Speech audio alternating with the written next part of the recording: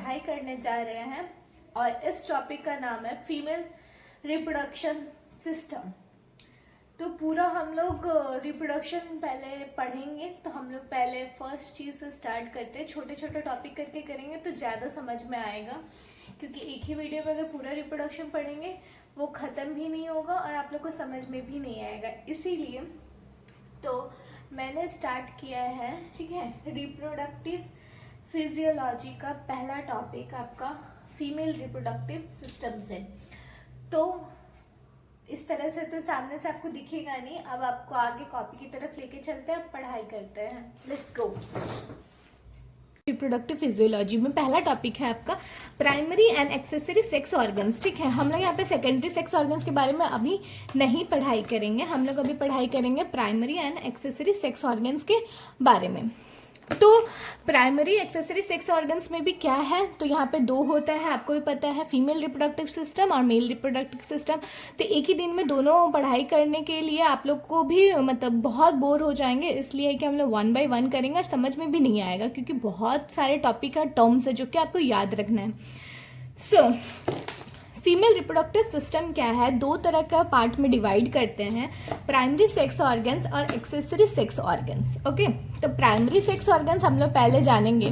तो पहले primary sex organs में क्या है, पेयर ऑफ 2 ओवेरीज है, हम लोग को पता है, जो कि प्रोड्यूस करता है एग और उसको हम लोग ओवा भी कहते हैं। ठीक है, जो कि सिक्रेट होता है फीमेल सेक्स हार्मोन्स के। तो फीमेल सेक्स हार्मोन्स क्या है बच्चों, पूछा जाता है हर एग्जाम में। तो हम लोग का क्या है, दो तरह का हार्मोन है, एस्ट्रोजन है और प्रोजेस्टेरॉन है। तो प्रोजेस्टेरॉन का मेन काम क्या है, यहाँ पे आपका जो प्रेगनेंसी होता है उसको जो मेंटेन करने का जो काम है वो आपका कौन करता है, ये प्रोजेस्टेरॉन हार्मोन्स करता है। तो इतना आपको समझ में आ गया। चलिए, अब है एक्सेसरी सेक्स ऑर्गन्स। ये हम लोग को जल्दी याद नहीं होता है तो मैं इसका बताती हूँ। एक्सेसरी सेक्स ऑर्गन दो तरह का होता है, मैं यहाँ पे डिवाइड करके रखी हूँ। एक होता है एक्सटर्नल जेनिटेलिया, जिसको हम लोग वाल्वा भी कहते हैं। बच्चों आप बार बार सुने होंगे क्लास में कि वाल्वा क्या है, वाल्वा क्या है, तो वाल्वा ये है जो कि एक्सटर्नल जेनिटेलिया है। अब देखिए, एक्सटर्नल जेनिटेलिया में क्या क्या आता है, लाबा मेजोरा आता है, लाबिया माइनोरा आता है, क्लाइटोरिस आता है, 3 पार्ट आता है। तो इसका हम लोग 1 by 1 पढ़ाई भी करेंगे और फंक्शन भी जानेंगे और किस तरह का टिश्यू से ये बना होता है, इनका काम क्या है, ये हम जानेंगे। तो इंटरनल जेनिटेलिया क्या है, इसमें 2 टाइप ऑफ फैलोपियन ट्यूब्स होता है, यूट्रस होता है, cervix and last vagina. Okay, इतने में कोई दिक्कत है तो आप मुझे कमेंट में ज़रूर हमको मैसेज करके बताइएगा कि मैम इसमें कुछ प्रॉब्लम आ रहा है। तो चलिए हम लोग आगे बढ़ते हैं, हम लोग ये सब तो बाद में पढ़ेंगे। तो हम लोग पहले एक्सेसरी सेक्स ऑर्गन्स के बारे में पढ़ लेते हैं। तो चलिए पहले चलते हैं एक्सटर्नल जेनिटेलिया के बारे में। तो वाल्वा में सबसे पहला चीज़ जो आता है आपका लाबिया मेजोरा आता है। तो लाबिया मेजोरा क्या है, तो बच्चों वो है two large folds that's forming the boundary. ठीक है, 2 तरह का आपका फोल्ड्स होता है जो कि बाउंड्री का फॉर्मेशन करता है। और वो किससे बना रहता है, वो आपका बना रहता है फाइबर टिश्यू से बना रहता है और फैट से बना रहता है। ओके, जो एक्सटर्नल पार्ट है आपका। अब है लाबिया माइनोरा। हम लोग मेजोरा और माइनोरा में कंफ्यूजन होते हैं, लेकिन मेजोरा मतलब लार्ज और माइनोरा मतलब स्मॉल। जब भी क्वेश्चन आएगा मेजोरा तब समझ जाइएगा यहाँ पे लार्ज 2 फोल्ड्स का बात कर रहा है। नाम आपको याद रखना ही होगा, लाबिया। ओके, लाबिया और माइनोरा, लाबिया मेजोरा। तो कोई डाउट नहीं है। तो लाबिया माइनोरा जानी रहे 2 स्मॉल फोल्ड्स है स्किन का, जिसमें जो कि कहाँ रहता है प्रेजेंट, लाबिया माइनोरा के बीच में होता है। तो लाबिया मेजोरा मान लीजिए इस तरह का है, उसके बीच में क्या है, लाबिया माइनोरा है। ठीक है, कोई दिक्कत नहीं होना चाहिए क्योंकि सिंपल लैंग्वेज में लिखा हुआ है। अब बचते हैं क्लाइटोरिस। तो क्लाइटोरिस क्या है बच्चों, क्लाइटोरिस आपका एक तरह का वैसा एरिया है जहाँ पे नर्व सेल्स का एंडिंग होता है। ठीक है, सेंसरी नर्व सेल्स जट एंडिंग। ठीक है, और यहाँ पे क्या होता है, इलेक्टाइल टिश्यू पाया जाता है। ओके, अब हम लोग का हो गया आपका क्या, कंप्लीट कर लिए हम लोग एक्सटर्नल जेनिटेलिया, कंप्लीट कर लिए हम लोग। अब इंटरनल जेनिटेलिया के पास चलते हैं, जिसमें क्या क्या है, 2 फैलोपियन ट्यूब्स है, यूट्रस है, ठीक है, सर्विक्स एंड वेजाइना है। तो आप लोग थोड़ा कंसंट्रेट करके बैठिए क्योंकि ये टर्म्स और ये टॉपिक्स बहुत इंपॉर्टेंट है, एग्जाम में आने वाले चांसेस पूरे के पूरे हैं। तो चलिए चलते हैं। तो इंटरनल जेनिटेलिया क्या है, अब हम लोग यहाँ पे पढ़ाई करेंगे। सो बच्चों, इंटरनल जेनिटेलिया में हम लोग पहले जूम कर लिए कि आप लोग को अच्छे से दिखें, तो हम लोग वेजाइना के बारे में जान रहे हैं। तो वेजाइना क्या है, आप लोग सिंपली समझिए, वेजाइना एक तरह का क्या है, फाइब्रस मस्कुलर ट्यूबुलर पूरा बना हुआ है उससे, और ये क्या करता है, लीडिंग करता है, मतलब बॉडी को क्या करता है, लिंक्ड करता है सर्विक्स और यूट्रस से। ठीक है, वेजाइना का क्या काम है, वेजाइना जो है आपका यहाँ पे आपका मेन फंक्शन जो है वेजाइना का जो एम्ब्रॉय मतलब जो बेबी है वहाँ से वो रिलीज़ करता है, पहला फंक्शन। और दूसरा फंक्शन जो होता है वेजाइना का, कि जहाँ पे पेनिस का इंट्रैक्शन होता है वो वेजाइना वाला पोर्शन होता है। ठीक है, ये बहुत सेंसिटिव पोर्शन है, और वेजाइना में इतना ही क्वेश्चन पूछा जाता है, इससे ज़्यादा कुछ नहीं पूछा जाएगा। सर्विक्स क्या है, तो सर्विक्स देखिए नेक ऑफ द यूट्रस है और नैरो लाइन पोजीशन होता है। ठीक है, सिलेंड्रिकल होता है और कॉनिकल शेप में होता है, मतलब और में दोनों में से कोई शेप में भी पाया जाता है, depends upon the physical portion. तो अब सर्विक्स जैसे कि हम आपको ड्रॉ दिखाते हैं जिसमें आपको पता चलेगा। तो ये जो पोर्शन है, ये वाला जो मैं ब्लू लाइन से कर रही हूँ, ये क्या है, आपका कैविटी ऑफ सर्विक्स है। Okay, cavity of cervix. तो कैविटी ऑफ सर्विक्स जो है देखिए अपने नैरो लाइन है। ठीक है, जो बोला गया है नैरो लाइन है, यहाँ से क्या होता है, वेजाइना का एंट्री होता है, स्पर्म्स का एंट्री होता है, और ये कैविटी ऑफ यूट्रस के थ्रू जाता है।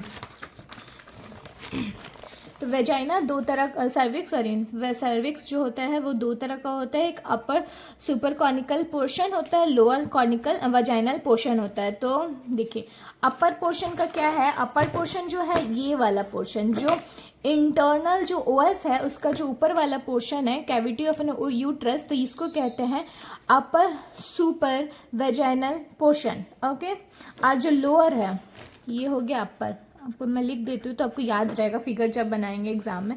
और ये होता है लोअर। जो एक्सटर्नल ओएस का जो कैविटी सर्विक्स है, यहाँ वाला जो पोर्शन जो वेजाइना से बॉडी लिंक करता है उसको कहते हैं लोअर वेजाइनल पोर्शन। कोई दिक्कत है आपको समझने में, तो आप मुझे कमेंट में ज़रूर लिख के बताइएगा कि मैम मुझे ये वाला टॉपिक नहीं समझ में आया। तो आप लोग को ये समझ में आ गया, ये है आपका इंटरनल ओएस है, ये है आपका एक्सटर्नल ओएस। तो समझ में आ गया। तो ये दो पोर्शन होता है, क्या लोअर वेजाइनल पोर्शन क्या करता है, communicate with vagina through external OS, और कम्युनिकेट विथ बॉडी, इसमें क्या कर रहा है, वेजाइना से कम्युनिकेट करता है, इसमें क्या करता है, मतलब बॉडी ऑफ यूट्रस से क्या करेगा, ये कनेक्ट करेगा। ठीक है, अगर डिफरेंस बिटवीन भी आता है कि अपर सुपर वेजाइनल पोर्शन और लोअर वेजाइनल पोर्शन में क्या डिफरेंस है, तो यू मेंशन इट कि पहला जो होता है it is communicate with body of the uterus and it is communicate with the vagina. Okay, और ये होता है ये external OS and that is external OS and it is internal OS. तो इतना समझने में कोई दिक्कत है आप लोग को? कोई दिक्कत नहीं होना चाहिए। अब हम लोग मेन टॉपिक फॉलोपियन ट्यूब्स के बारे में पढ़ते हैं। तो फॉलोपियन ट्यूब्स पढ़ने से पहले आपको मैं ये ड्रॉ दिखाना चाहती हूँ, बहुत क्लियरली ड्रॉ एक बनाई हूँ मैं, जितना मुझसे बन पाया है। देखिए, ये मैं थोड़ा पेन चेंज कर लेती, ये ब्लू लाइन से जो मैं ड्रॉ कर रही हूँ गाइस, ये वाला बच्चों यहाँ पे जो है जहाँ से ये ओवेरीज से लिंक्ड है, इसको कहते हैं Fallopian tube duct. Okay, Fallopian tube ये जो है इस तरह का जो है इसको कहते हैं ओवेरीज। ठीक है, तो how many ovaries is present in the female reproductive organs, that is 2 ovaries, तो 1 ओवेरी एंड 2 ओवेरीज। ठीक है, और वो क्या होता है, इस तरह का आपका फिंगर शेप लाइक स्ट्रक्चर से लिंक्ड होता है। तो फिंगर शेप लाइक स्ट्रक्चर को क्या कहते हैं बच्चों, इसको कहते हैं finger like structure, that is called fimbriae. Okay, अब जो देखें यहाँ फिम्ब्रिया है, यहाँ पे क्या होता है, सिलिएटेड मोशन, मतलब सीलिया का प्रेजेंट होता है। ठीक है, क्योंकि आप तो पूछेगा ना कि मैम यहाँ से तो ओवेरी से मान लीजिए ओवा निकला, यहाँ से प्रोड्यूस हुआ। ठीक है, अब ये ओवा तो अपने आप नहीं चलेगा, यहाँ पे मोशन का क्रिएशन होता है और यहाँ पे सीलिया प्रेजेंट होता है। आप लोग सीलिया के बारे में जानते होंगे। तो बच्चे क्या है सीलिया, सीलिया क्या करता है, वो मोशन करवाता है, मतलब आगे की तरफ धक्का देगा। ठीक है, तो जब वो ओवा को आगे की तरफ धक्का देगा तो यहाँ पे आ जाएगा ओवा। इस पोजीशन में। अब यहाँ पे ही क्या होता है, फर्टिलाइजेशन ऑकर्स होता है गाइज। यहाँ पे कभी भी फर्टिलाइजेशन नहीं होता है, फर्टिलाइजेशन आपका हमेशा फॉलोपियन ट्यूब में ही होगा। अब यहाँ पे फॉलोपियन ट्यूब में आपका फर्टिलाइजेशन हो रहा है, तो ये मेन काम आपको समझ में आ गया कि फॉलोपियन ट्यूब का क्या है। फॉलोपियन ट्यूब जो होता है 2 तरह का होता है, और वो क्या करता है, लीडिंग टू द ओवेरीज, मतलब वो ओवेरी से लीड मतलब अटैच रहता है और वहाँ से ओवम को कलेक्ट करने का काम करता है। सेकेंड, ये जो यूट्रस रहता है वो यूट्रस क्या कितना है, मैंने यूट्रस से अटैच करके यहाँ पे पहुँचाने का काम भी फॉलोपियन ट्यूब का होता है। तो पूछा जाता है कि फॉलोपियन ट्यूब जो है वो कितना लंबा है, तो कितना बोलिएगा, 10 सेंटीमीटर इसका लंबा होता है, ठीक है। और ये क्या होता है, फिंगर लाइक प्रोजेक्शन यहाँ पर रहता है, इसको फिम्ब्रिय कहते हैं। क्वेश्चन में बहुत बार आता है कि व्हाट इज फिम्ब्रिय, तो fimbriae is a finger like projection which contain the end of an 2 tubes. अब ओवेरिन फिम्ब्रिय क्या है, तो ओवेरिन फिम्ब्रिय जो है आपका सबसे लॉन्गेस्ट क्लोज ओवेरी जो है वो होता है ओवेरिन फिम्ब्रिया, ठीक है।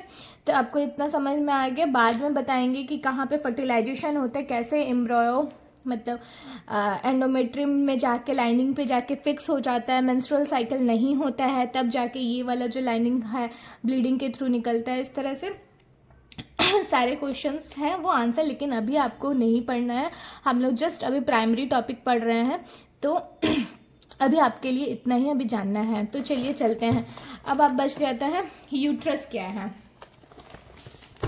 सो यूट्रस क्या है, एक हॉलो और मस्कुलर, जहाँ पे मसल्स का पूरा फॉर्मेशन होता है, मतलब मसल से बना हुआ होता है और हॉलो शेप जैसा होता है। और कभी कभी देखिएगा यूट्रस जो है पियर शेप लाइक स्ट्रक्चर, आप यहाँ पे मैं दिखाती हूँ, देखिए ये जो है मैंने स्ट्रक्चर नहीं बना, कुछ इस तरह का, ठीक है, कुछ इस तरह का स्ट्रक्चर होता है, पियर शेप लाइक स्ट्रक्चर, ओके। तो ये जो होता है एंटीरियर और पोस्टीरियर होता है, ओके। अब ये जो होता है इसमें जो ये कहाँ पे लाई करता है, तो ये pelvis cavity between the urethra between the urinary bladder and rectum. तो यहाँ पे देखिए, मैं यहाँ पे एक एग्जांपल देके बताना चाह रही हूँ। मान लीजिए ये आपका यूट्रस है, ओके। तो इसके जो पीछे होगा, ठीक है, वो क्या कहलाएगा, रेक्टम कहलाएगा, ओके।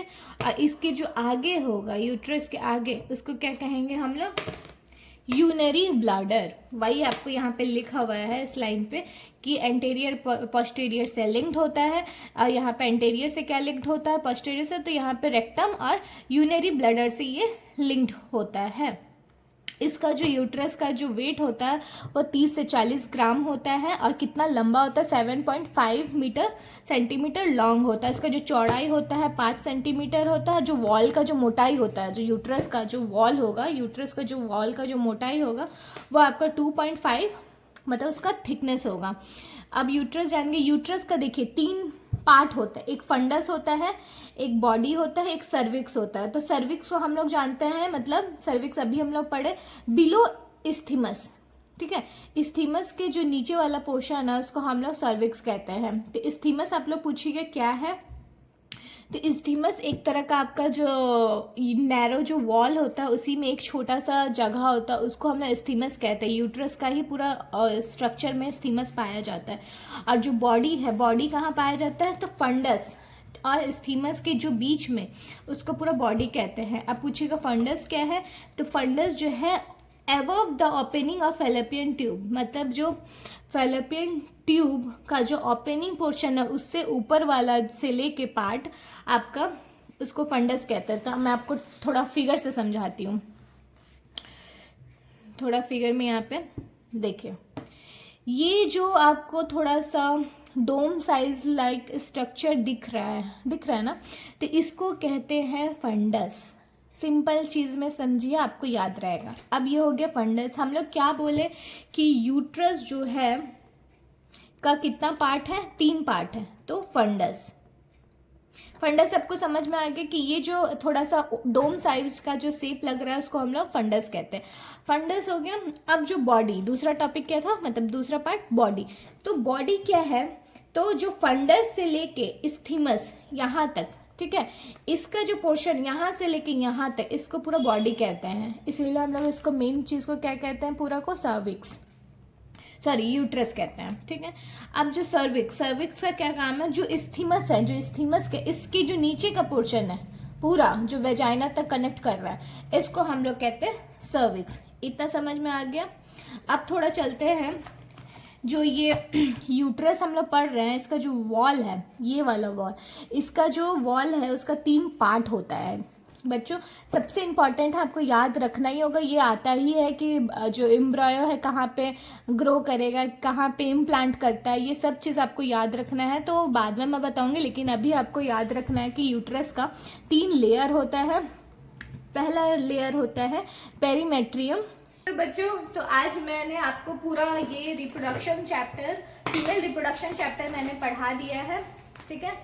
तो अगर आपको कहीं पे भी किसी भी तरह का डाउट लग रहा है बच्चों, किसी भी तरह का डाउट, तो आप मुझे प्लीज़ कमेंट में कीजिएगा, क्योंकि मैं आप लोग के लिए इतना नोट्स लिखती हूँ, फिर इसको मतलब पढ़ाती हूँ, और मतलब वीडियो शूट करना इट्स वेरी टफ, ठीक है, क्योंकि इस तरह से मेरे पास बोर्ड नहीं है, मुझे यहाँ पे आप लोग को जूम कर करके दिखाना पड़ता है। अगर मेरा मेहनत और आपका सफलता दोनों ही अगर अच्छा लग रहा है तो मेरे चैनल को प्लीज़ विजिट कीजिए, शेयर कीजिए, अपने बच्चों तक भी पहुँचाइए। जो पेरेंट्स इस वीडियो को भी देख रहे हैं वो भी मैं चाहती हूँ कि अपने बच्चों को दिखाएं, वीडियो हेल्पफुल रहेगा। जिनको रिप्रोडक्शन चैप्टर बायोलॉजी से डर लगता है, उन्हें अब बायोलॉजी से डर नहीं लगेगा, क्योंकि मैं आ गई हूँ। और ये पूरा का पूरा रिप्रोडक्शन चैप्टर का फीमेल रिप्रोडक्टिव ऑर्गन्स, जो कि आप लोग को पढ़ना है, ये मैं एमएससी का बायोटेक का नहीं पढ़ा, ये नॉर्मल है, 10-12 के सिलेबस में ये आता ही आता है, ठीक है। ये बेसिक कॉन्सेप्ट है, आपको जानना चाहिए। सो आज के लिए